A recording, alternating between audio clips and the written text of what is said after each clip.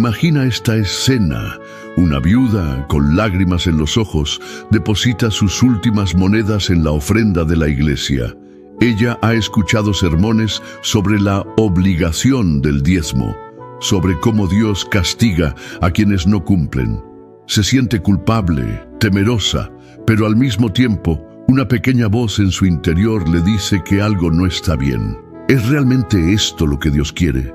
¿Acaso Jesús no habló de un corazón generoso más que de porcentajes exactos? Esta noche, esa viuda no tendrá que comer, pero ha entregado su diezmo. ¿Es esto justo? ¿Es esto bíblico? Si alguna vez te has sentido confundido, presionado o incluso engañado con respecto al diezmo, este video es para ti. Vamos a desentrañar 3 secretos bíblicos que tu iglesia probablemente no te ha enseñado. Secretos que podrían cambiar radicalmente tu perspectiva sobre las finanzas y tu relación con Dios. El tercer secreto te dejará completamente impactado, revelando una verdad que muchos líderes religiosos prefieren mantener oculta. No te lo pierdas. Quédate hasta el final, descubre la verdad. Y si este video te ilumina, dale me gusta, suscríbete y comparte tu opinión en los comentarios. El dízimo en el Antiguo Testamento, propósito y contexto. Querido amigo, querida amiga, ¿alguna vez te has detenido a examinar a fondo los orígenes del diezmo? No me refiero a lo que te han dicho en la iglesia, sino a lo que realmente dice la Biblia. A menudo se nos presenta una versión simplificada, una obligación, un porcentaje, pero la historia es mucho más rica y compleja. Y para entender el presente, debemos viajar al pasado. Nuestro viaje comienza mucho antes de la ley de Moisés, mucho antes de los mandamientos que conocemos. Nos remontamos a Abraham, el padre de la fe. En el libro de Génesis, capítulo 14, versículos del 18 al 20, encontramos un episodio revelador. Abraham, después de una gran victoria militar, se encuentra con Melquisedec, un personaje misterioso, sacerdote del Dios Altísimo. ¿Y qué hace Abraham? Le ofrece el diezmo de todo lo que había recuperado. Segundo Génesis, capítulo 14, versículo 20, dice textualmente: y le dio Abraham los diezmos de todo. Presta atención a esto. Abraham no estaba cumpliendo una ley, porque la ley aún no existía. No estaba siguiendo una tradición, porque él mismo estaba iniciando una tradición. Lo hizo por gratitud, por reconocimiento de que la victoria venía de Dios. Fue un acto espontáneo de adoración.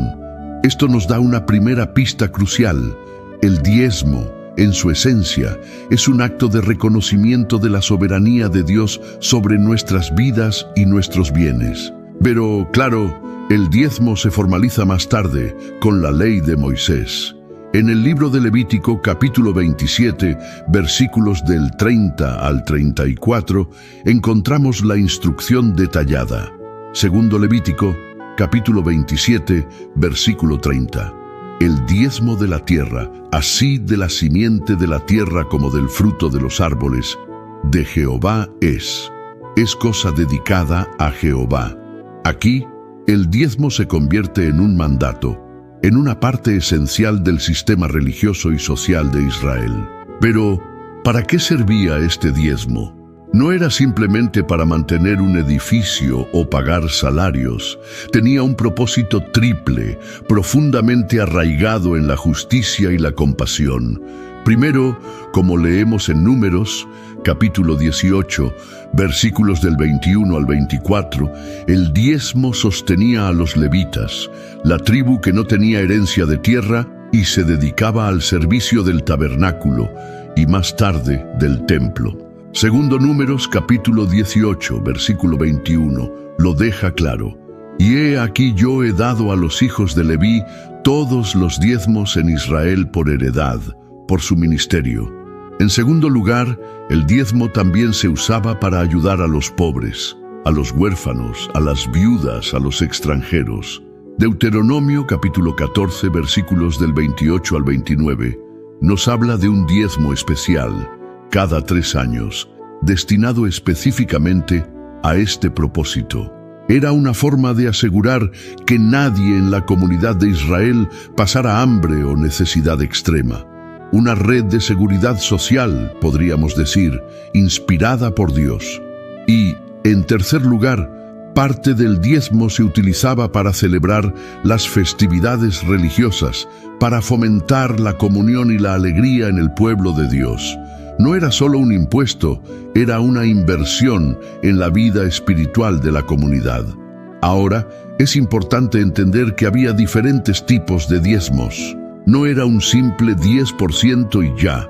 Estaba el diezmo anual para los levitas, el diezmo trienal para los necesitados y otras ofrendas y contribuciones especiales. La clave aquí no es tanto el porcentaje exacto, sino el principio subyacente. Reconocer a Dios como la fuente de toda provisión y compartir con generosidad con los demás. Pero, lamentablemente, incluso en el Antiguo Testamento, vemos cómo este principio se distorsiona. En el libro de Malaquías, capítulo 3, versículos del 8 al 12, Dios mismo confronta a su pueblo por robarle en los diezmos y las ofrendas. Segundo Malaquías, capítulo 3, versículo 8, pregunta directamente: ¿robará el hombre a Dios? Pues vosotros me habéis robado. No es que Dios necesitara el dinero, sino que la negligencia en el diezmo era un reflejo de la falta de fe y de un corazón alejado de Él. Este es el panorama, hermano, hermana. Un diezmo con un propósito noble, con raíces en la gratitud y la justicia, pero también susceptible a la distorsión y la hipocresía. Y este panorama es crucial para entender lo que viene después, lo que Jesús enseñó y cómo debemos entender el diezmo hoy. Si este recorrido por el Antiguo Testamento te ha abierto los ojos, por favor, quédate conmigo. Aún queda mucho más por descubrir. Jesús y el dízimo. Una nueva perspectiva. Ahora avancemos en el tiempo. Dejemos atrás el Antiguo Testamento y entremos en la era de Jesús. ¿Qué dijo el Maestro sobre el diezmo? ¿Mantuvo la obligación legalista o propuso una perspectiva diferente? La respuesta, querido amigo, querida amiga, te sorprenderá. Y te aseguro, este es el secreto que muchos líderes religiosos prefieren no mencionar. Jesús, de hecho, sí mencionó el diezmo. Pero el contexto es crucial. Lo hizo en 2 ocasiones, y ambas veces, no para enfatizar su obligatoriedad, sino para criticar la hipocresía religiosa de su tiempo. En el Evangelio de Mateo, capítulo 23, versículo 23, Jesús confronta a los fariseos, los líderes religiosos que se enorgullecían de su estricta observancia de la ley. Segundo Mateo, capítulo 23, versículo 23 dice: «Ay de vosotros, escribas y fariseos, hipócritas, porque diezmáis la menta y el eneldo y el comino, y dejáis lo más importante de la ley, la justicia, la misericordia y la fe». Esto era necesario hacer sin dejar de hacer aquello. Fíjate bien, Jesús no dice que diezmar esté mal, dice que es necesario, pero no es lo más importante.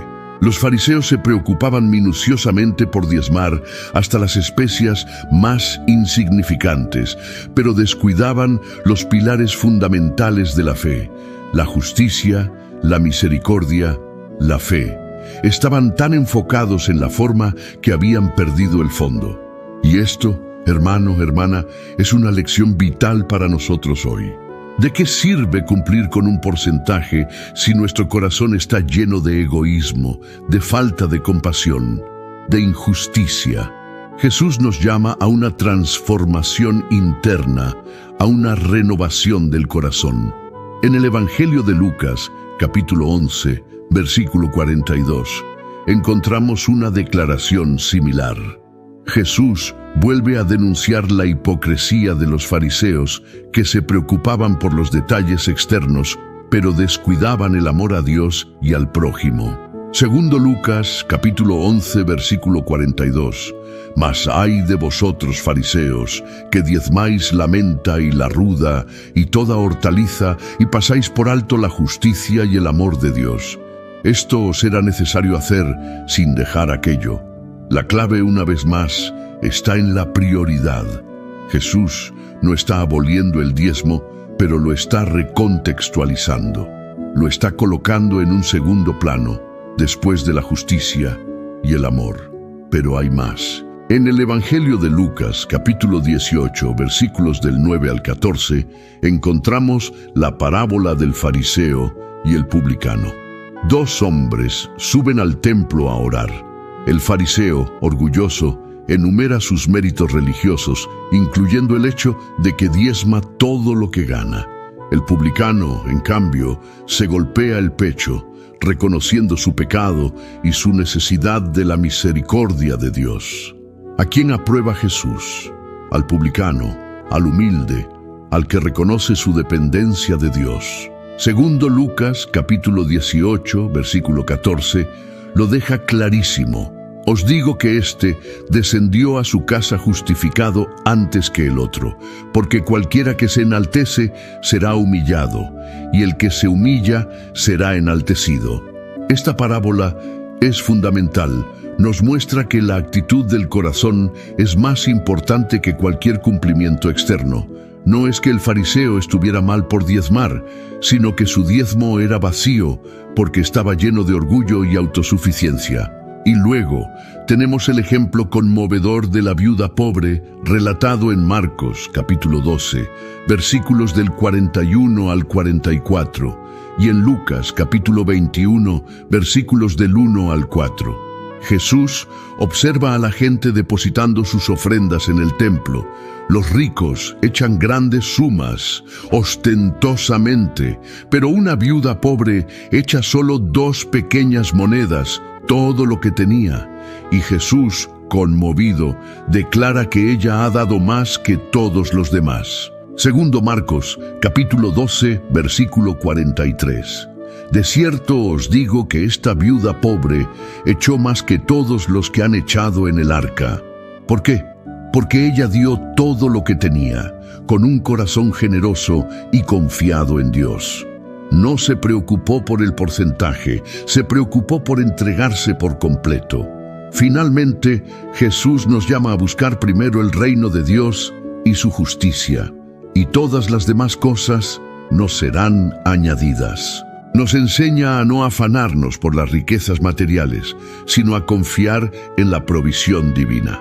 Mateo capítulo 6, versículos del 19 al 21.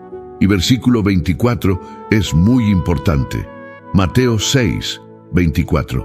Ninguno puede servir a 2 señores, porque o aborrecerá al uno y amará al otro, o estimará al uno y menospreciará al otro. No podéis servir a Dios y a las riquezas. El segundo secreto, y prepárate porque es poderoso, es que Jesús priorizó el corazón sobre el porcentaje, la generosidad sobre la obligación, la confianza en Dios sobre la acumulación de riquezas. Si hasta aquí te está gustando, por favor, deja un me gusta. Es muy importante. Ahora prepárate para el próximo capítulo, donde exploraremos cómo los apóstoles entendieron y aplicaron estas enseñanzas de Jesús. El dízimo en el Nuevo Testamento, gracia, generosidad y ofrenda voluntaria. Hemos visto el diezmo en el Antiguo Testamento, su propósito original y cómo se distorsionó. Hemos escuchado a Jesús reenfocar la atención en la justicia, la misericordia y la fe, por encima del cumplimiento estricto de la ley. Ahora, la pregunta clave es, ¿qué enseñaron los apóstoles, los primeros líderes de la iglesia cristiana, sobre el diezmo? ¿Establecieron un nuevo mandamiento, un nuevo porcentaje obligatorio? La respuesta, querido hermano, querida hermana, es un rotundo no. Y aquí es donde muchos se sorprenden. Si lees cuidadosamente las cartas de Pablo, las cartas de Pedro, las cartas de Juan, no encontrarás ningún mandato explícito que diga que los cristianos deben diezmar el 10% de sus ingresos. Ninguno. Lo que sí encontrarás, y en abundancia, es un énfasis en la ofrenda voluntaria, alegre y generosa. El apóstol Pablo, en su segunda carta a los Corintios capítulos 8 y 9, dedica 2 capítulos enteros a hablar sobre la ofrenda. Pero fíjate en el lenguaje que utiliza. No habla de obligación, sino de gracia. No habla de porcentajes, sino de generosidad. No habla de un mandato, sino de una oportunidad. Segundo a los Corintios, capítulo 9, versículo 7, es un versículo clave. Cada uno dé como propuso en su corazón, no con tristeza ni por necesidad, porque Dios ama al dador alegre. Este es el corazón del asunto. No se trata de dar por obligación, por miedo al castigo, por cumplir una regla. Se trata de dar con alegría, con libertad, con un corazón agradecido. Pablo no está en contra de la ofrenda, al contrario, la promueve con pasión, pero la fundamenta en el amor, no en la ley. Nos recuerda que Dios nos ha dado todo lo que tenemos y que nuestra ofrenda es una respuesta natural a su generosidad. Es un acto de adoración, no un impuesto religioso. En su primera carta a los Corintios, capítulo 16, versículo 2, Pablo da una instrucción práctica sobre la ofrenda. Dice: cada primer día de la semana cada uno de vosotros ponga aparte algo, según haya prosperado, guardándolo, para que cuando yo llegue no se recojan entonces ofrendas. Fíjate en la frase clave, según haya prosperado. No hay un porcentaje fijo, sino una proporción personal basada en la bendición recibida. Esto significa que si Dios te ha bendecido abundantemente, puedes ofrendar más del 10%, y si estás pasando por dificultades, puedes ofrendar menos. Lo importante es la actitud del corazón, no la cantidad exacta. El apóstol Pablo, en su carta a los Filipenses, capítulo 4, versículo 18, describe la ofrenda de los filipenses como olor fragante, sacrificio acepto, agradable a Dios. ¡Qué hermosa imagen! Nuestra ofrenda no es una carga, sino un perfume que sube hasta el trono de Dios, una expresión de nuestro amor y gratitud. Es importante aclarar un punto crucial.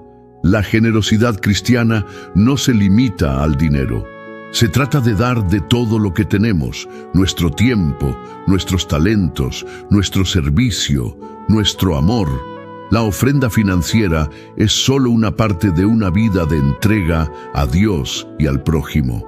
Y por supuesto, la Biblia nos advierte contra la avaricia, contra el amor al dinero, contra la idolatría de las riquezas. Pero la solución no es una ley que nos obligue a dar un porcentaje, sino una transformación del corazón que nos lleve a dar con alegría y generosidad. Segundo a Timoteo, capítulo 6, versículo 10. Porque raíz de todos los males es el amor al dinero. Tampoco podemos caer en la llamada teología de la prosperidad, esa idea errónea de que si damos mucho dinero a la iglesia, Dios nos va a bendecir con más riquezas. Eso es una distorsión del Evangelio. La verdadera bendición de Dios no se mide en bienes materiales, sino en paz, en gozo, en una relación profunda con Él. Sí, Dios puede bendecirnos financieramente, como leemos en 2 a los Corintios, capítulo 9, versículos 10 y 11. Pero no es una garantía y nunca debe ser nuestra motivación para dar. Nuestra motivación debe ser el amor a Dios y al prójimo. El tercer secreto, el que muchos no quieren que sepas, es que el Nuevo Testamento no establece el diezmo como un porcentaje obligatorio para los cristianos, sino que nos llama a una ofrenda voluntaria, alegre y generosa, basada en la gracia de Dios y en la prosperidad de cada uno. Es una invitación a la libertad, no a la esclavitud de la ley, desmitificando el dízimo, libertad, responsabilidad y bendición. Hemos recorrido un largo camino, ¿verdad? Desde los orígenes del diezmo en el Antiguo Testamento, pasando por la perspectiva de Jesús, hasta llegar a la enseñanza de los apóstoles en el Nuevo Testamento. Y ahora, Es tiempo de desmitificar, de aclarar, de liberarnos de las cargas innecesarias y de abrazar la verdadera esencia de la ofrenda cristiana. Quiero ser muy claro, amigo, amiga, el diezmo, entendido como un porcentaje obligatorio del 10%, no es un mandamiento para los cristianos del Nuevo Testamento. Si alguien te dice lo contrario, te está imponiendo una carga que ni Jesús ni los apóstoles impusieron. Pero, cuidado, esto no significa que la ofrenda sea irrelevante. Al contrario, la ofrenda es un acto fundamental de adoración, de gratitud, de participación en la obra de Dios. Pero es una ofrenda voluntaria, alegre, generosa, motivada por el amor, no por la obligación. A lo largo de los años se han construido muchas interpretaciones erróneas alrededor del diezmo. Algunas personas lo utilizan para manipular, para infundir miedo, para prometer bendiciones financieras a cambio de un porcentaje. Otros lo convierten en un legalismo, en una regla rígida que nos aleja del espíritu de la gracia. Y otros incluso lo presentan como un pacto con Dios para obtener riquezas, una especie de inversión que nos garantiza el éxito material. Todo esto es falso. El diezmo, como lo hemos visto, es uno de los principios bíblicos sobre las finanzas, pero no es el único.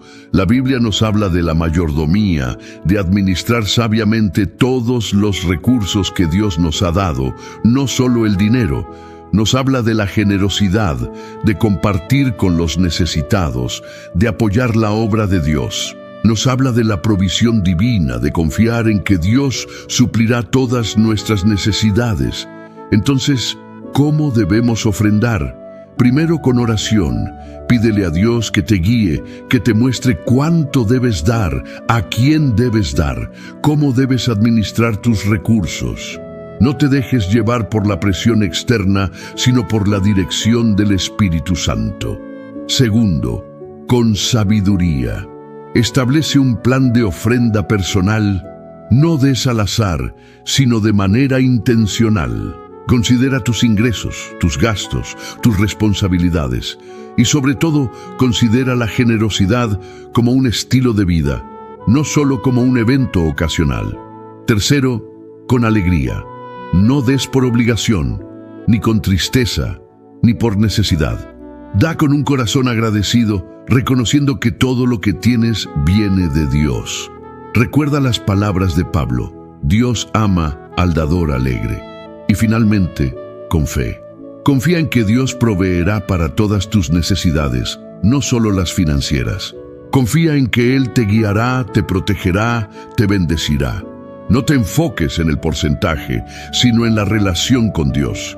La verdadera bendición del diezmo, o mejor dicho, de la ofrenda, no es el dinero que recibimos a cambio, sino la transformación que ocurre en nuestro corazón. Es una relación más profunda con Dios, un corazón más agradecido, una mayor participación en su obra. Es la alegría de saber que estamos contribuyendo a extender su reino, a llevar esperanza a los necesitados, a transformar vidas.